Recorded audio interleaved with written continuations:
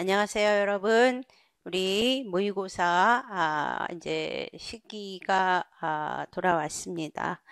오늘부터 시작해서 우리가 24년 대비 모의 이 고사 예상 문제들을 좀 풀어보려고 합니다.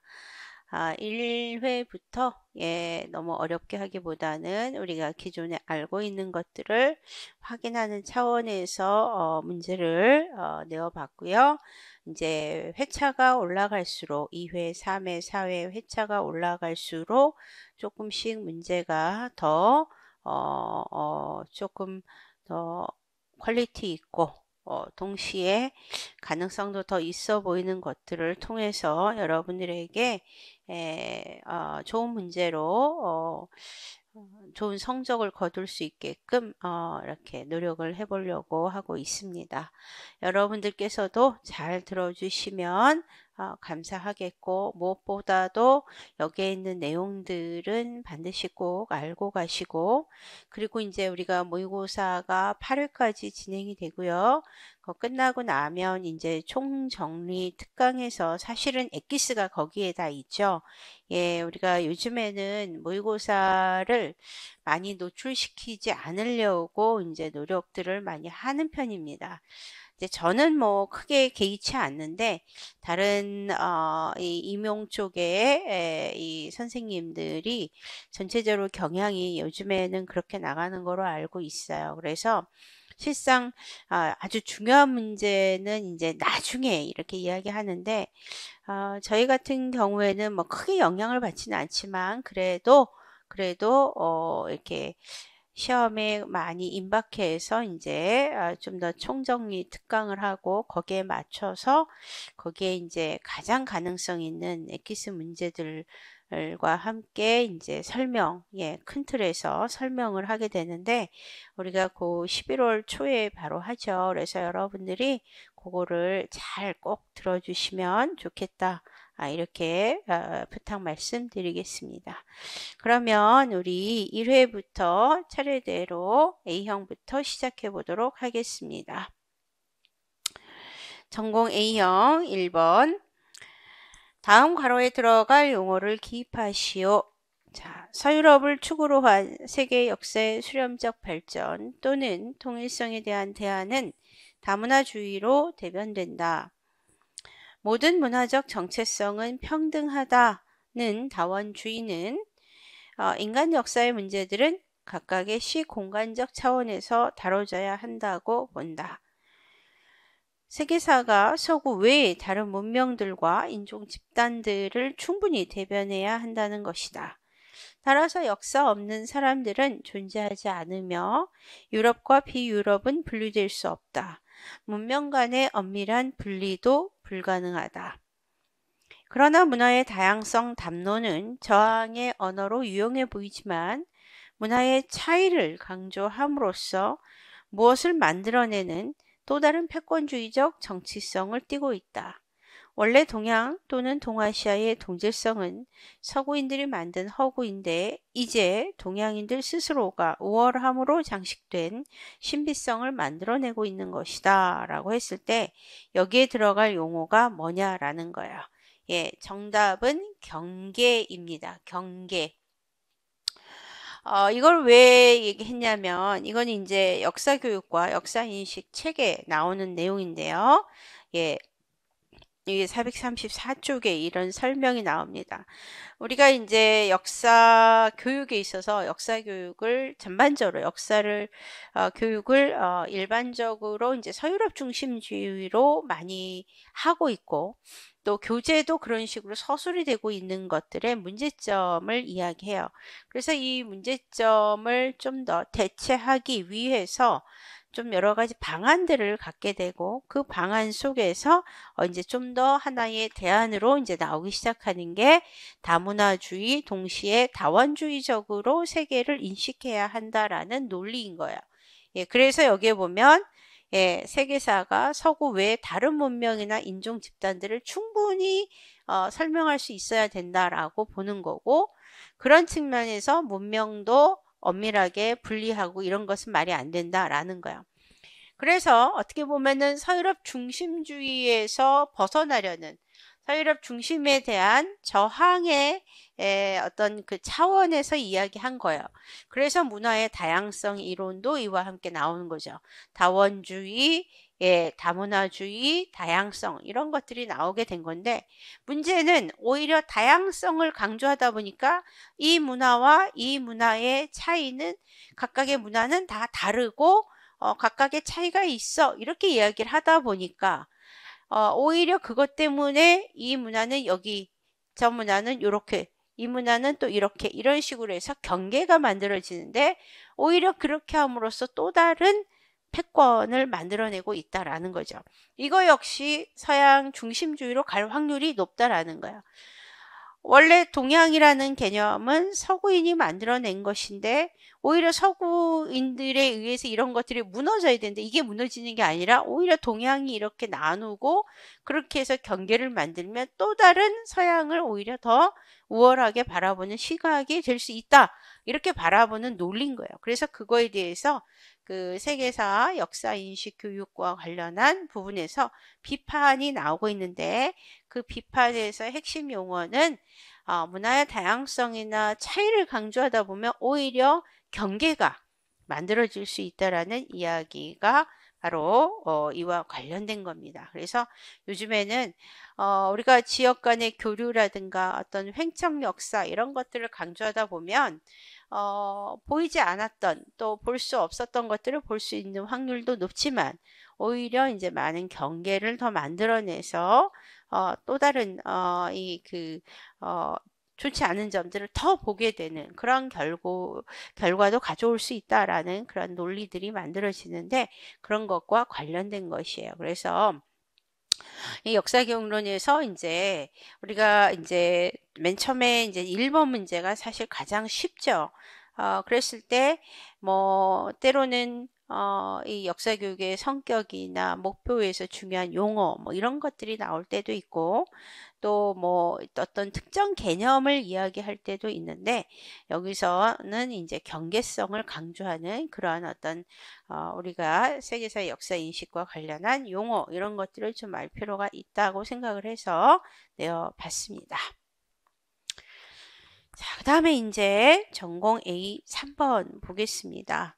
다음 기억과 니은이 지칭하는 용어 이 공통인물과 디귿 리을이 지칭하는 공통인명을 좀 기입해라 라고 했는데요. 하나를 낼까 하다가 이 두 사람을 아는 게 중요하다고 봤기 때문에 제가 두 개를 냈습니다. 가보죠. 그에게는 여름과 겨울의 구분도 없고 일부러 특히 전쟁을 하지 않은 시기로 남겨두어야 할 시절도 없다는 것은 말할 것도 없다.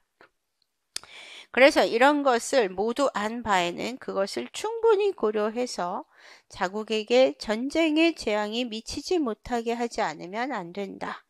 모든 아테네인들이여, 만약 우리가 해야 할 것을 할 생각만 하면 전쟁에 관하여 우리에게는 많은 이점이 있다. 예를 들면 그들의 국토 대부분은 우리가 약탈하고 황폐하게 할 수 있는 땅이다.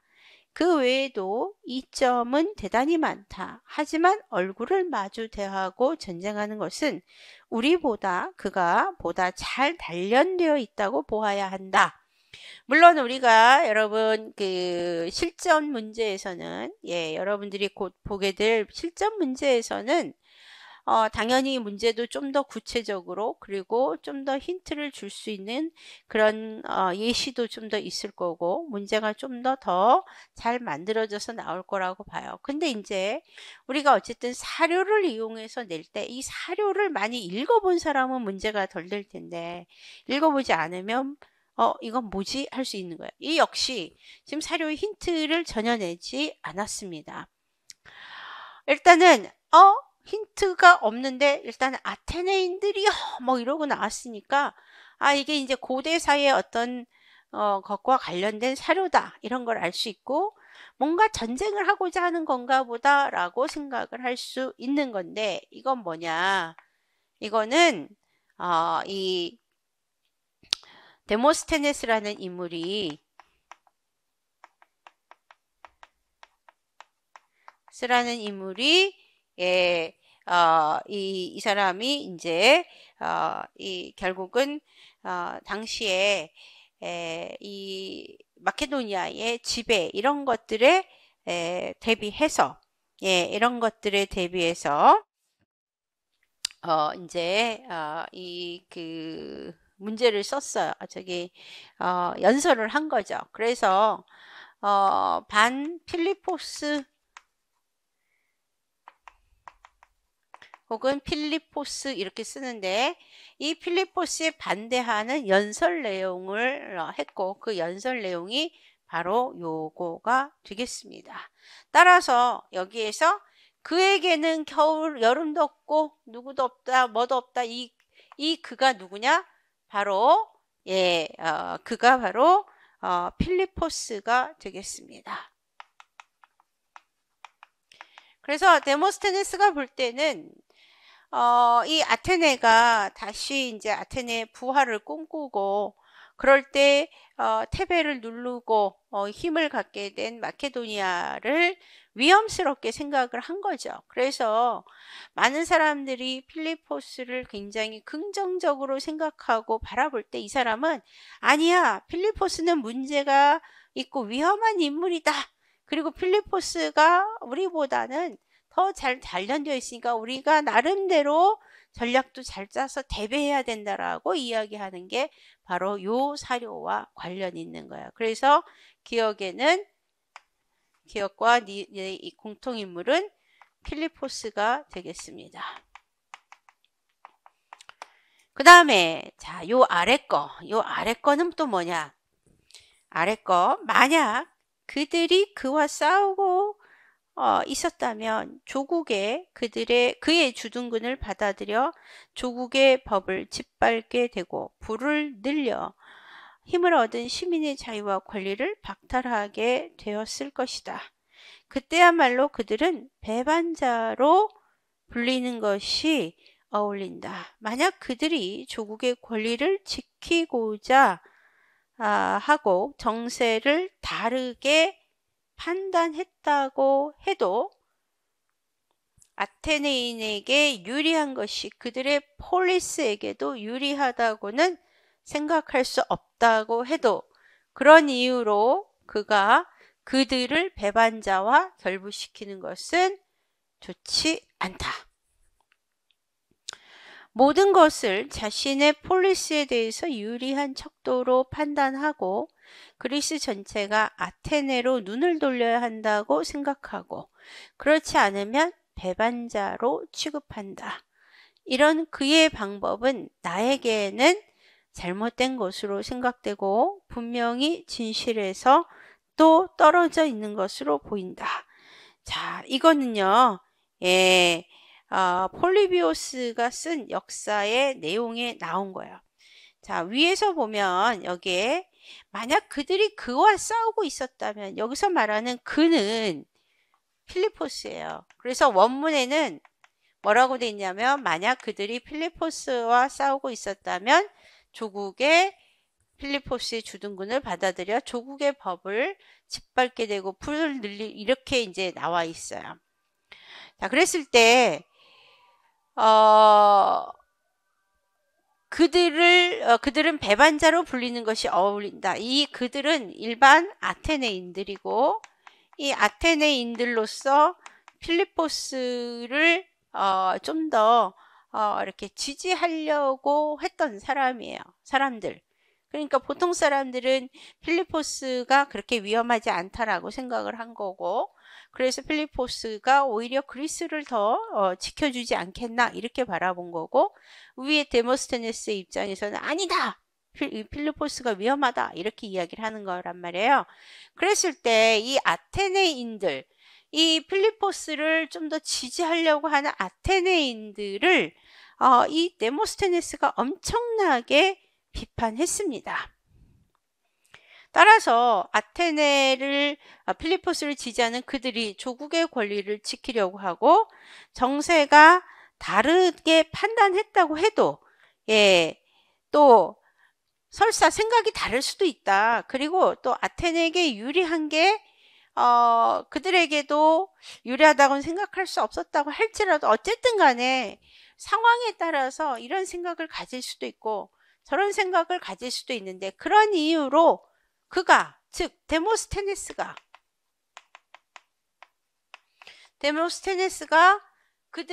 그들은 누구? 아테네인들이죠. 예, 필리포스를 지지하는 아테네인들을 배반자와 결부시키는 건 좋지 않다. 즉 데모스테네스는 이 필리포스를 지지하는 아테네 사람들은 배반자다. 너희들은 국가를 배신한 존재. 이렇게 봤는데 이거 옳지 않다고 보는 거야. 따라서 이 사람은 자기 눈에 봤을 때 자기의 뜻을 따르는 사람은 올바른 자, 그렇지 않은 사람은 배신자로 취급하는데 이렇게 바라보는 이 데모스테네스의 방법이 여기서 말한 나는 이게 폴리비오스죠. 이 폴리비오스의 입장에서는 잘못된 것으로 생각되고 있고 따라서 그거는 분명히 명백히 역사적으로 잘못한 게 아닌가 자기는 그렇게 생각한다고 이 필리포스가 자기의 역사관을 드러내는 그런 가운데서 이제 이 데모스테네스를 엄청 비판했습니다. 그래서 첫 번째의 사료는 이 필리포스에 대해서 반대하는 연설이고 오히려 이제 여기에서는 세계사적 관점에서는 어쩔 수 없는 하나의 대세였다라고 보는 논리고 그랬을 때 오히려 폴리비오스가 데모스테네스를 비판하는 내용이죠. 예, 그래서 제가 사료 특강 같은 거 할 때 설명을 해드렸어요. 그쵸? 예, 그래서 요거 내용들 혹시 모르지만 한 번쯤 꼭 알아두시면 좋겠고요. 저는 요 데모스테네스가 한 번쯤 시험에 나오지 않을까 이런 생각을 좀 해봐요. 왜냐하면 헬레니즘 시대에 레우트라 전투와 함께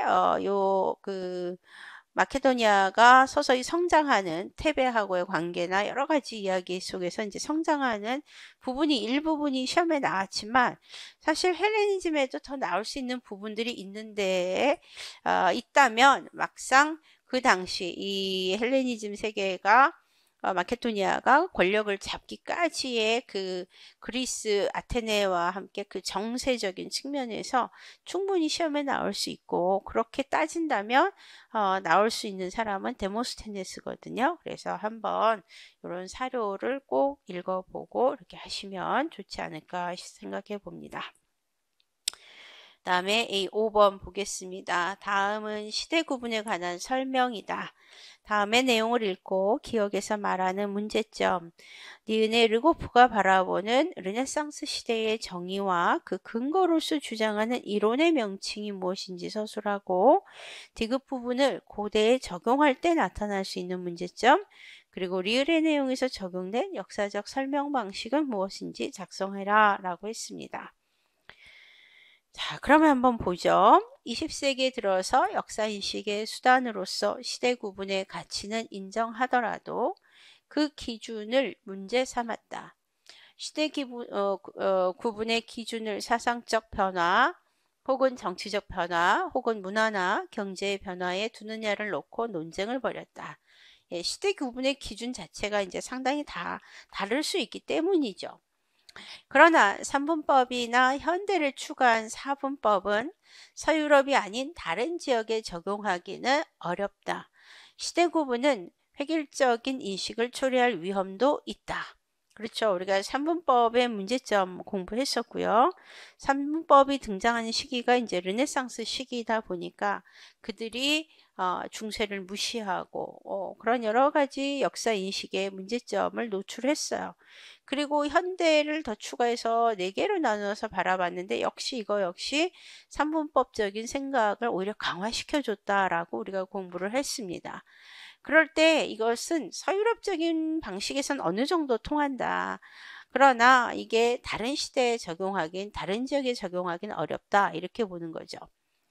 자, 그랬을 때 예를 들어 중세적이라는 표현을 유럽의 10세기와 13세기에 적용할 때 문제는 충분히 감지된다. 예, 이게 같은 유럽 안에서도 또 문제가 되고 있습니다.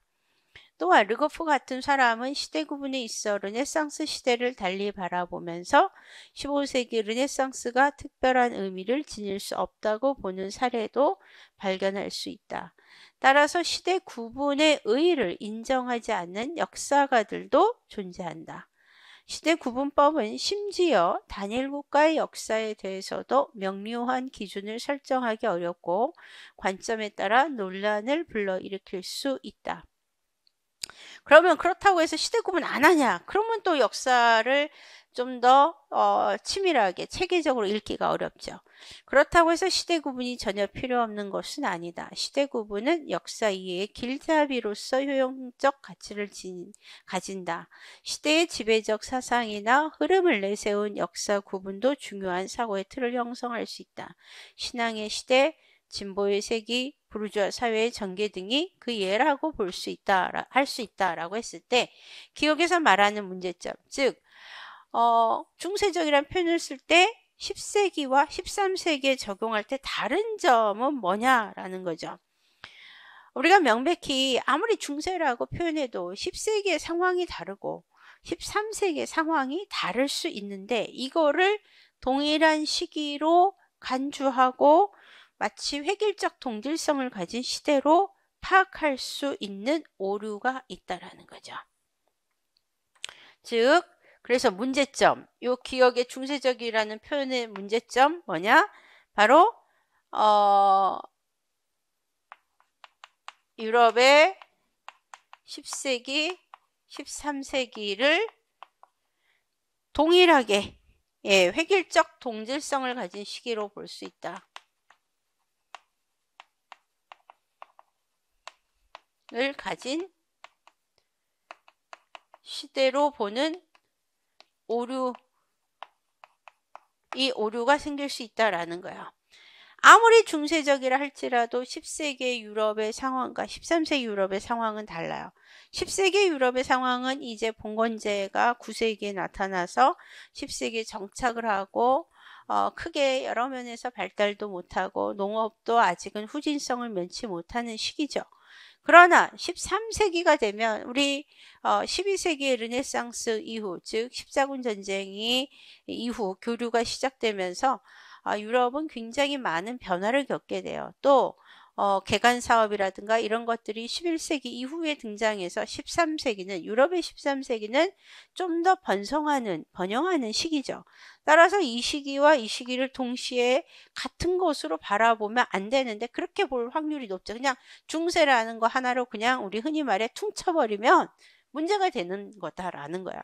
그래서 그런 오류를 범할 수 있다라는 것들이 이제 이 책에서 설명이 되고 있습니다.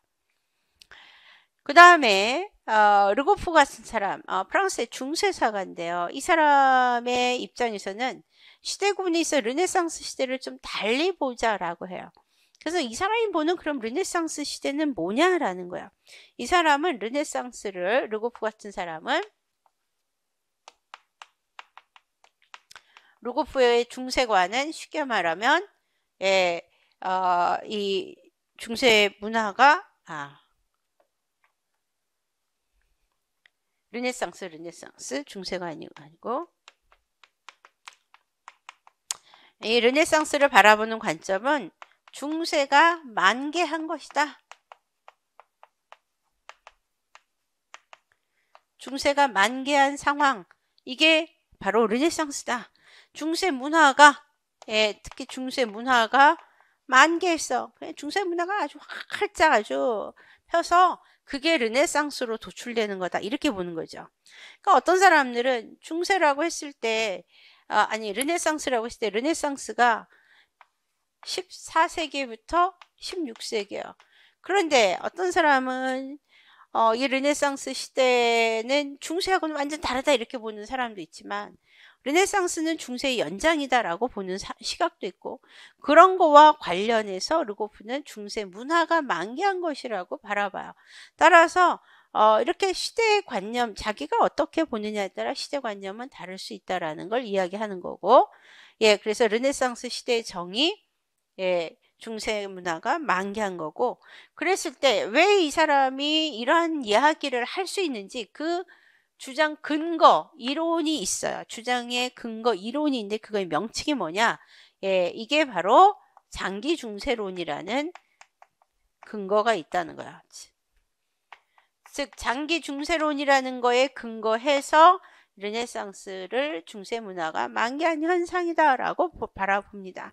장기 중세라는 건 중세 자체가 그냥 짤막하지 않죠. 우리가 중세가 보통 1000년이라고 하는데 이 중세가 실질적으로 굉장히 더 길다 이렇게 바라보는 논리예요. 그래서 장기 중세론의 근거에서 이 사람은 이렇게 봅니다.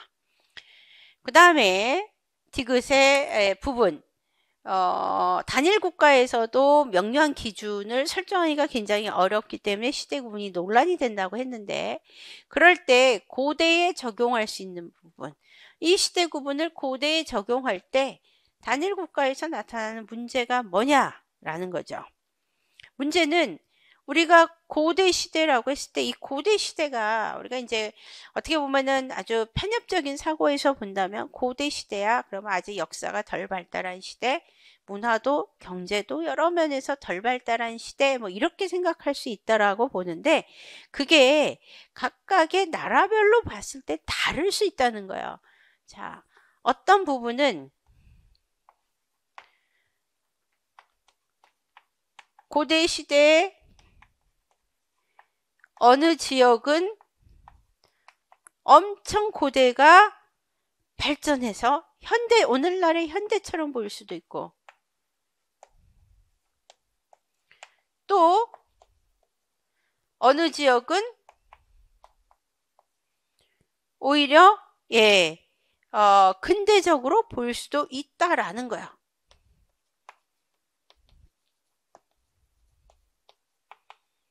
근대처럼 인식될 수 있다. 어느 지역은 그러니까 고대에 적용했다고 해서 무조건 다르다 이렇게 고대는 다 똑같다 이렇게 명료하게 이렇게 얘기하기 어렵다 이러는 거예요.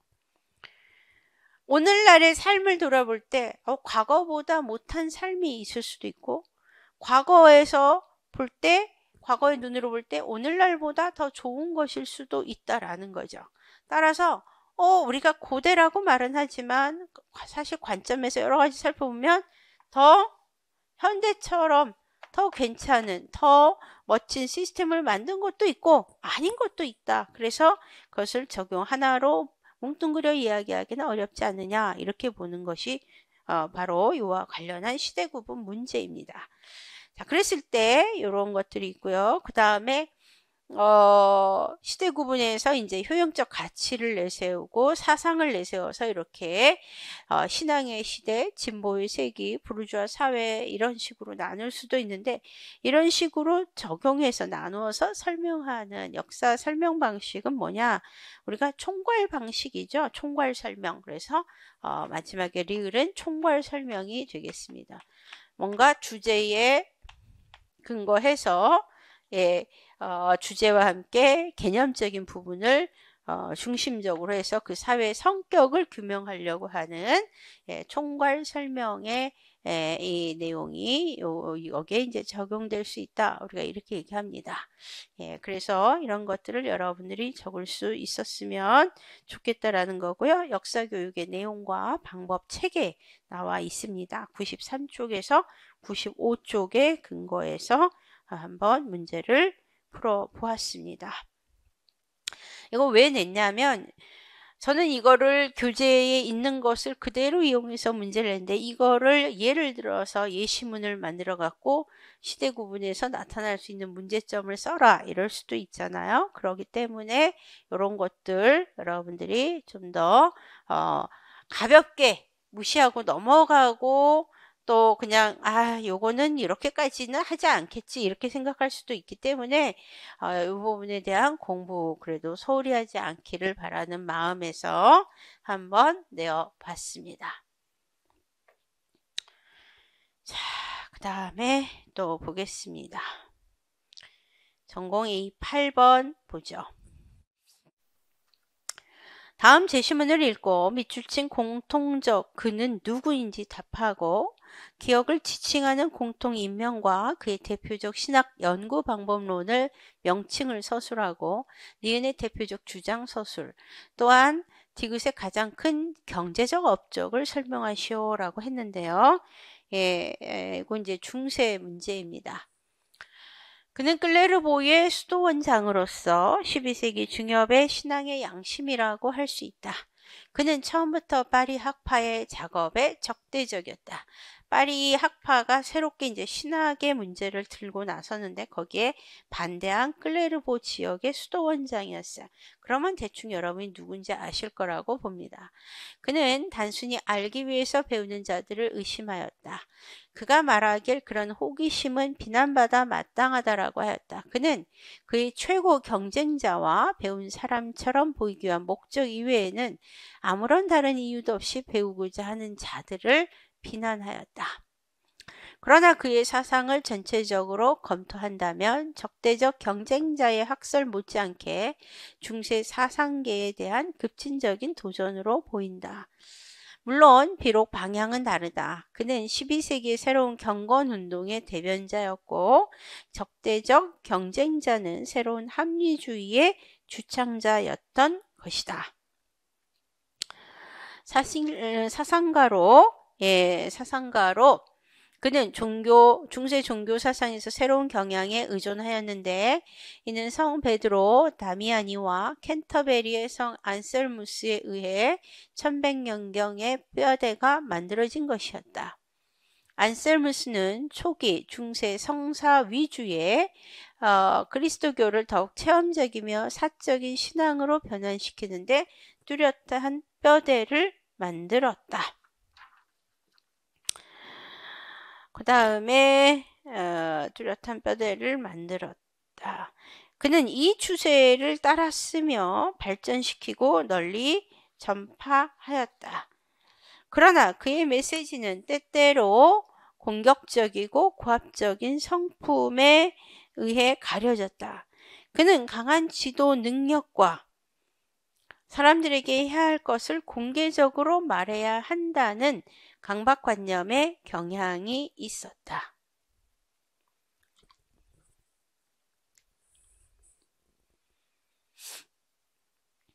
매우 존경을 받았던 시토 수도사들의 지도자로서 명성과 역동적인 품성, 말솜씨 그리고 유행하던 경건운동의 비공식적 대변이라는 지위로 인해 그는 사회에서 큰 역할을 수행할 기회를 가지게 되었다. 교황 선출의 결정권을 행사하고 왕들을 열변으로 설득하고 십자군 원정을 독려하는 설교를 하였으며 성직자에게 충고하고 유대인을 정죄하였으나 유대인 학살은 금지하였다. 안셀무스는 성처녀 숭배를 11세기 말에 빠르게 확산시키는데 크게 이바지하였다. 그러나 마리아 사상을 유행시킨 이는 그이다. 베르나르의 가르침에서 성처녀는 그러므로 신성의 부가적인 측면이 되었고 사람을 신에게 연합시키는데 예수와 성령을 돕고 있다. 항상 날카로운 지각력을 가지고 단테는 신곡의 마지막 편에서 클레르보의 수도원장을 중세 그리스도교의 복스러운 관조의 대변자로 그리고 있다. 이렇게 썼는데요. 자, 이게 이제 서양사 개론책에도 나오고요. 사료로 읽는 서양사나 이런 데도 나오고 있습니다. 자, 이거는 일단 문제를 먼저 풀어보고 이야기하죠. 자, 그랬을 때 그는 누구냐? 클레르보의 수도원장이고 경건운동의 대표자고 아주 영성 있고 왕들을 설득해서 십자군 전쟁에 나아가게 하고 이런 사람은 바로 클레르보, 베르나르죠. 베르나르드 클레르보.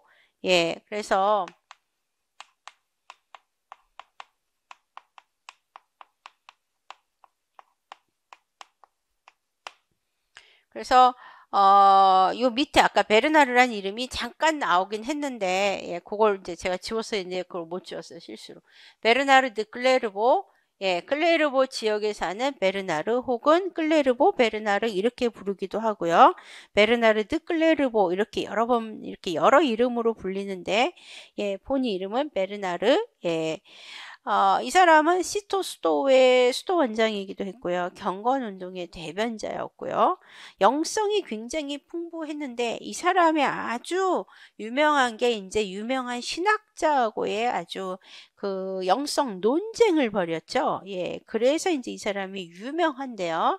예, 이 사람이 바로 이 베르나르 클레르보고 이 사람이 당시 파리 학파의 적대적이었는데 이 당시 파리 학파의 최고 적대적 경쟁자가 누구냐라는 거야. 최고 경쟁적 이 사람은 바로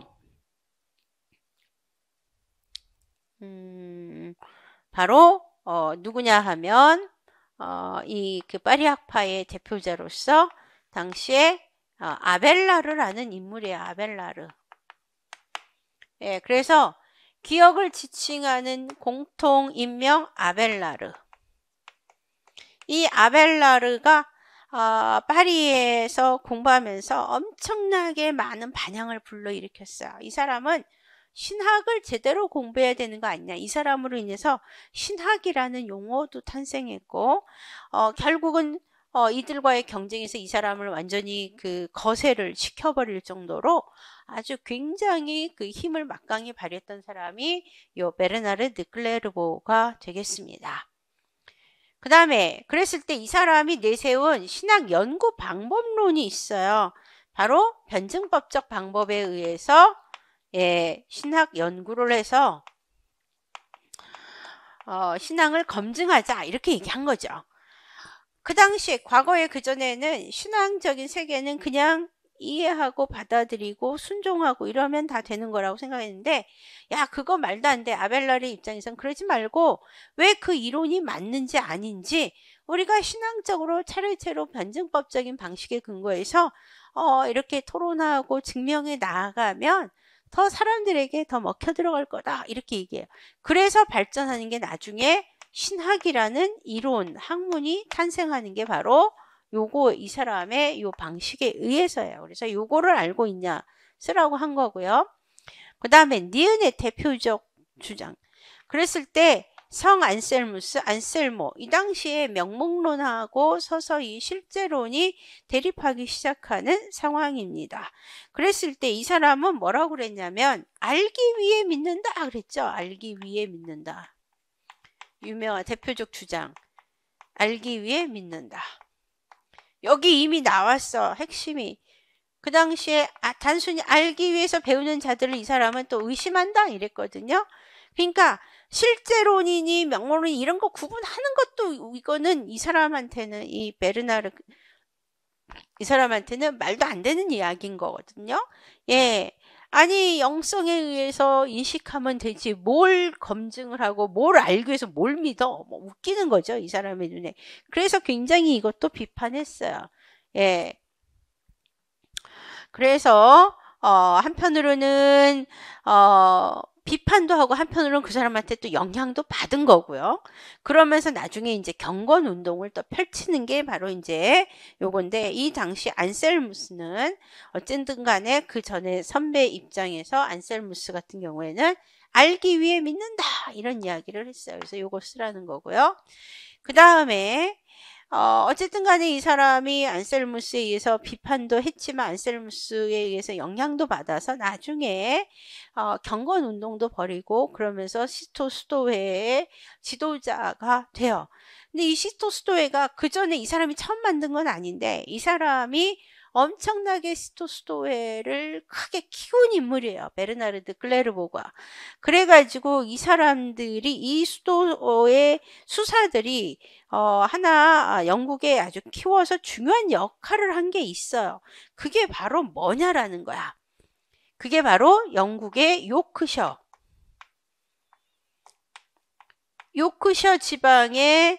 지방을 이 시토 수도사들이 개간해요. 이곳에 황무지를 개간해가지고 목양지로 변화시키고 그렇게 해서 결국은 뭐냐? 영국의 양모 산업을 키우게 된다는 거죠. 양모 산업을 성장시켜서 훗날 에스파냐를 꺾고 양모 산업의 최고 생산지가 되게 만드는데 큰 역할을 한 게 시토 수도회가 되겠습니다. 예, 그래서 이 시토와 관련해서 영국의 지도가 나오고 그 다음에 그래서 영국의 그 위쪽, 런던 위쪽으로 해서 이쪽 지역 발전하고 동시에 이 신앙적인 논리와 연결되는 이런 이야기들이 나오면, 네, 기본적으로, 이거 시토 수도사 이야기구나. 그리고 그거의 원장인 베르나르드 클레르보 이야기구나. 이렇게 아시면 되겠어요. 제가 이거 왜 냈겠어요? 자, 우리가 중세 문제가 굉장히 많이 나왔어요. 중세 문제는 해마다 꼭꼭 나오는데, 교부 철학의 대표자인 아우구스티누스의 고백 신국론도 나왔고요. 그 다음에 토마스 아퀴나스와 관련한 이야기도 나왔죠. 예, 그래서 토마스 아퀴나스의 이야기도 나오고 그래서 그런 것도 나오고 그래서 교부 철학이나 스콜라 철학의 대표자들의 이야기 토마스 아퀴나스하고 또 어거스틴하고 이제 그렇게 해서 나왔고요. 그렇게 따지면 중세는 어쨌든 기독교 세계인데 기독교 세계에서 또 유명한 인물이 누가 있냐는 거야. 그 중에 인물이 우리가 유명론과 명목론, 실제론으로 나뉘어서 싸우는데 그랬을 때 그런 것들을 접목시키고 좀 더 현실적인 어떤 신앙의 생각을 갖게 한 인물이 아벨라르라는 인물이 있어요. 중세에 워낙 유명한 인물인데 이 사람이 서양사기론 책에 나오는데 시험에는 아직 안 나왔다는 거죠. 그래서 내가 볼 때 이 부분과 연관해서 한번 시험에 나오지 않을까 이렇게 생각을 해봅니다. 그래서 여러분들 이런 어떤 내용이 나오거나 이와 연결된 비슷한 내용이 나오면 이거는 아벨라르 이야기 또 클레르보드 이 베르나르드 클레르보하고 연결된 이야기다 이렇게 생각하시고 하시면 되겠고요. 특히 아벨라르의 스캔들이나 이런 건 아주 대단히 유명한 사건이기 때문에 좀 더 알아두시면 좋지 않을까 해서 내어봤습니다. 자, 그 다음에 전공의 21번 보겠습니다. 다음 작성 방법을 읽고 답안을 작성하시오라고 했어요.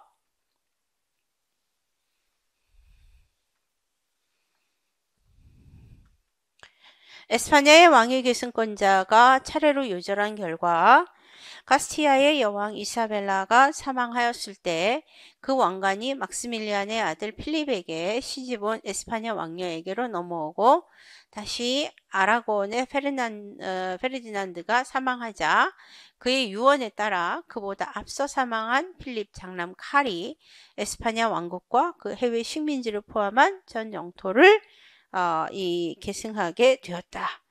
칼 5세 시기 프랑스와 1세와의 대립과 투쟁은 이탈리아 쟁탈전의 양상으로 전개되었다. 예, 그래서 합스부르크 왕가가 좀 더 성장하는 이 계기를 쭉 설명하는 거야. 예, 왜 에스파냐계하고 이쪽하고 이제 서로 연결되는가 뭐 이런 거하고 연결된 부분이죠. 그러나 이 시기 오스만 투르크가 그 세력을 신장시켜 동남쪽으로부터 보헤미아와 헝가리를 침공하고 1529년에는 수도 빈을 위협하는 이 형세였다. 이를 프랑스와 1세가 이용하여 결국 1589년 두 국가 사이에 조약이 체결된다. 그랬을 때 그의 아들 필리페 2세는 칼 5세하고 이제 연결된 거죠.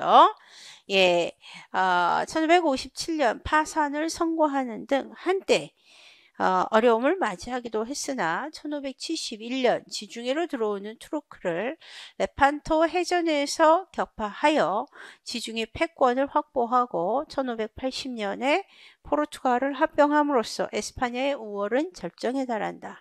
그럼에도 에스파냐의 농민에는 그리 유익한 환경이 조성되지 않았다. 이는 상유럽적인 봉건제도나 장원제도가 성립하지 않았기 때문이며 토지는 귀족과 교회에 집중되었다라고 했는데요. 제가 이 문제를 낸 건 합스부르크의 이야기, 특히 이 에스파냐계 합스부르크, 그래서 이 에스파냐가 한 번 정도는 시험에 나오지 않을까 생각을 해보는 거예요. 사실 펠리페 2세가 지배한 시기, 그리고 그 이전의 아버지 시기도 대단한 아주 그 영토 팽창이 이루어지는 시기인데, 이 시기가 아직 시험에 나오지 않았다라는 것이죠. 예, 그래서 제가 볼 때는 이 시기와 관련해서 우리가 에스파냐 이야기도 좀 더 알 필요가 있다고 봤어요. 그래서 냈습니다. 자, 작성 방법 보겠습니다. 기억의 조약 체결 결과를 프랑스 측면에서 설명하고 조약이 갖는 의의를 서술하시오. 그랬을 때 아까 프랑스와 1세하고 결국은 이제 싸워서 이 1589년 두 국가 사이에 조약이 체결된다 이렇게 했잖아요.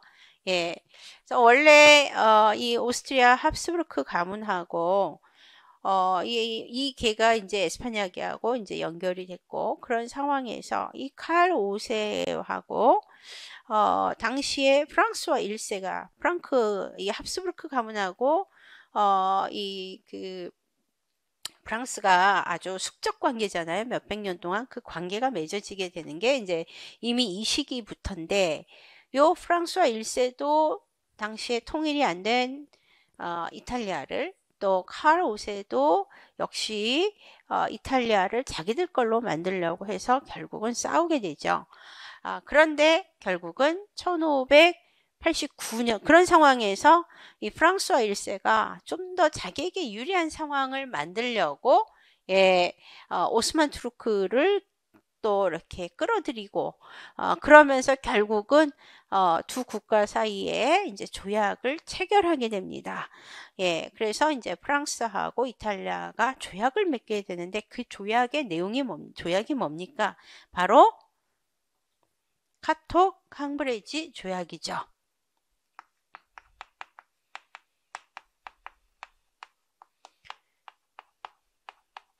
이 카톡 캉브레지 조약이 체결될 때 그 체결 결과가 프랑스의 측면에서 설명을 해봐라. 프랑스는 결국 뭘 얻냐라는 거예요. 그리고 그 조약이 갖는 의의가 뭐냐라는 건데요. 프랑스는 결국 뭘 포기합니까? 이탈리아는 포기를 했어요. 이탈리아는 포기했는데 대신에 무조건 포기하면 안 되잖아요. 얻어갈 게 있어야죠. 그래서 라인 강변의 요지였던 메츠, 툴, 베르댕 이 지역을 확보하게 되는 거죠. 그게 이제 프랑스의 측의 결과이고, 그렇게 해서 카톡 캉브레지 조약을 했고 체결했고, 이 조약의 의의는 1세기 동안 유럽 국제 질서의 출발점이 되죠. 1세기 동안, 앞으로 1세기 동안 유럽 국제 질서의 출발점, 그리고 세력 균형을 하게 되는 이 상황이 만들어지게 되는 거예요. 그런데 이거를 나중에 이제 깨트리는 게 누구냐? 그게 루이 14세. 그래서 루이 14세의 세력 균형, 여기 시험에 한번 나온 적이 있죠. 그래서 요것도 한번 가능성이 있다, 이렇게 저는 생각을 해봤고요. 그 다음에 그 아들 펠리페 2세 때 나름대로 통치 영역을 넓히고 뭐 엄청나게 또 이 남아메리카 이 그 대륙의 땅도 넓히고 해서 경제적인 어떤 아주 부유함을 창출했지만, 문제는 펠리페 2세 때 2번이나 파산을 선고하는 상황이 만들어져요.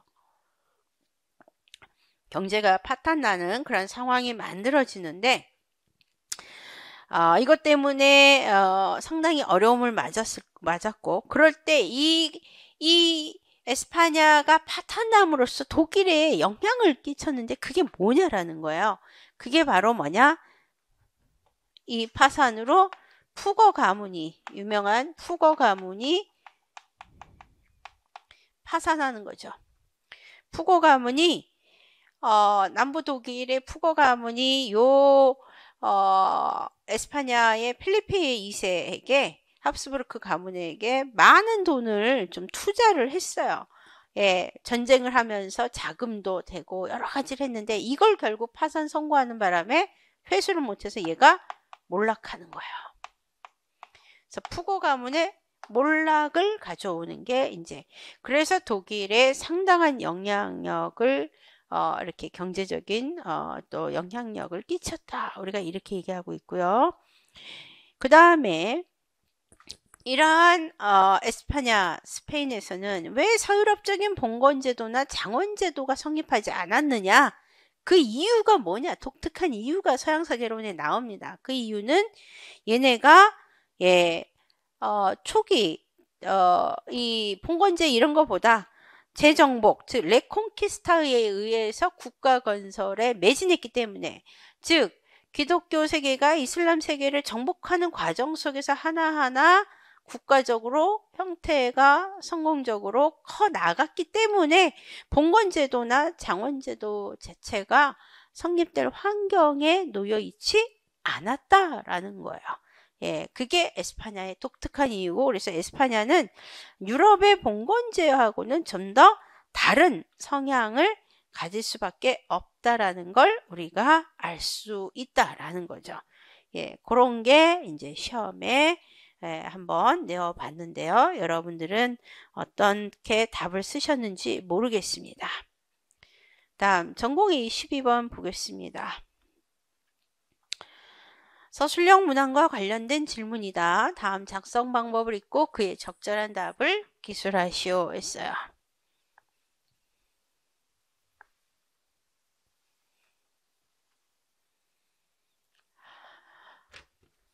김교사, 동일한 자료를 정전과 달리 해석하거나 새로운 관점에서 해석하는 경우가 간혹 발생하지요. 오교사, 네, 그런 경우들이 요즘은 꽤 있는 것 같아요.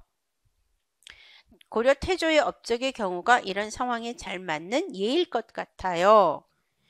네, 기존에는 고려 태조의 거란 배척을 정치 군사적으로 해석하여 고려의 북침과 거란의 팽창 정책이 대립한 것으로, 그리고 고려 태조가 당시 여러 세력을 통합하려고 발해 유민을 받아들이고 거란을 배척한 것으로 이해했어요.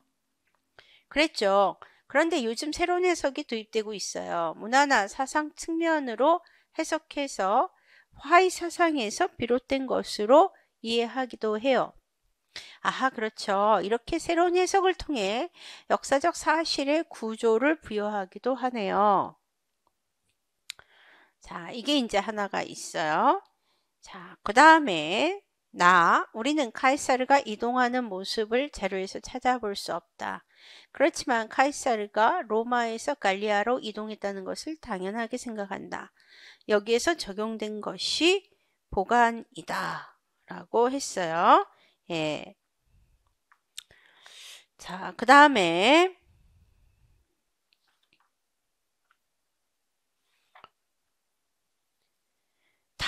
고려 말 이성계의 위화도 회군의 예를 보면 이성계가 위화도에서 군대를 돌린 이유를 어려움에 빠진 고려 사회와 농민의 처지를 고려했기 때문이라고 생각할 수도 있고, 권력을 장악할 목적 때문이었다고 볼 수도 있다. 물론 두 가지 이해가 반드시 모순되는 것은 아니지만 이성계의 행위를 이해할 때 보통 이 두 가지 중 하나에 초점을 맞춘다라고 이러한 내용이 나와 있고요. 작성 방법 첫 번째, 이러한 행위를 가리키는 용어를 작성하시오. 예, 기억의 행위를 말하는 건데요. 예, 기억의 이러한 행위. 자, 기억의 이러한 행위, 새로운 해석을 통해서 역사적 사실의 구조적 성격을 보여주는 거, 예, 이게 뭐냐라는 거예요. 바로 우리가 이것을 구조적 상상이다 이렇게 이야기를 하고 있습니다. 구조적 상상. 예, 그래서 기본적으로 구조적 상상이라고 우리가 이제 이야기할 수 있겠고요. 두 번째, 나에서 카이사르가 이동했다는 얘기를 모르지만 당연하게 이걸 생각하면서 나머지를 상상하게 되는데, 그랬을 때 여기에 적용된 것을 보관이라고 했을 때 이 보관을 콜링우드의 용어로 서술을 하면 이 보관을 우리가 뭐라고 얘기해야 되냐? 바로 선험적 상상이다 이렇게 얘기하죠. 선험적 상상. 펜이 어디냐? 선험적 상상.